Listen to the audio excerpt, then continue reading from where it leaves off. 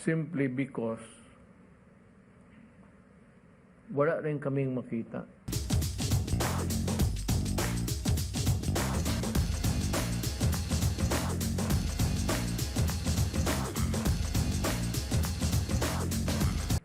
I do not want to give an assessment or evaluation because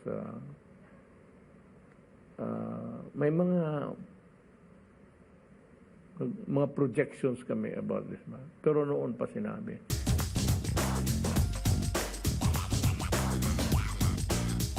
Sinabi ko na sa kanya. Noon, early ang nabisita dito, sabi ko, Adre, hindi ka manalo. At sabi ko, noon sa Davao, sabi ko, huwag mong sayangin yung pera mo.